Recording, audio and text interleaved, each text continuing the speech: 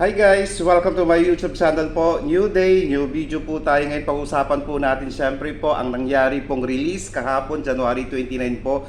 Marami tayong mga subscribers po, mga followers po na na-receive po nila yesterday ang kanilang mga pension. May mga bangko po kasi na maaga po nag-re-release ang kanilang pension for the month of February 2026 po. And guys, meron po tayong isa sa mga subscribers po. Ayan po. Sinabi po niya, nagpapasalamat po siya sa akin dahil nga po sa mga advices ko po sa video ko na po na darating po by January 29 po. Okay, ayan po, dumating po ang kanyang pensyon kahapon po at dahil nga po nasabi ko po parati sa inyo na mag-open po kayo or mag-apply po kayo ng online banking, sabi po niya hindi na daw po siya pabalik-balik sa ATM machine dahil nakapag-apply na po siya ng kanyang online banking. Isang notification lang po yun, minsan na lang po ang pagpunta sa ATM machine para po i-withdraw. Sa ating mga SSS pensioners po dyan, kung kayo po ay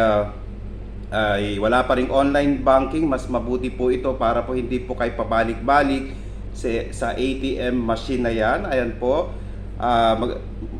konting notification, may darating pong notification po sa inyo na nagsasabi na dumating na po ang inyong pension. Ayan po. So sa ating mga SSS pensioners po dyan, ayan po, na hindi pa po nakapag-release ng kanilang pension para sa buwan ng Pebrero, ayan po, pwede na po kayong mag-release dahil kahapon pa po nag-start na pong bigay ang ilang mga bangko sa inyong mga ATM accounts. Ngayon po, pwede na po kayong magkuha ng inyong mga pensyon. At sa mga SSS pensioners po natin dyan na hindi pa po or walang pumasok na pensyon sa kanilang ATM accounts, malamang po may problema kayo. Meaning to say, baka po hindi po kayo nakapag-comply ng AKOP or Annual Confirmation of Pensioner po, or may possibility rin po na expired na po ang inyong ATM cards. Kaya nga po may mga videos po akong ginawa para sa mga expiration,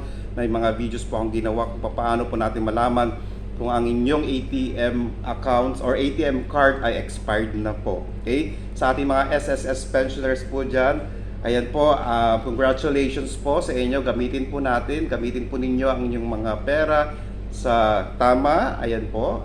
Siyempre po, bumili po tayo ng mga maintenance po ninyo, mga basic needs po ng ating mga SSS pensioners po. Maraming salamat po, and please do not forget to subscribe, like, and share para po lagi po kayong updated sa ating mga videos. Maraming salamat po and stay safe. Bye-bye!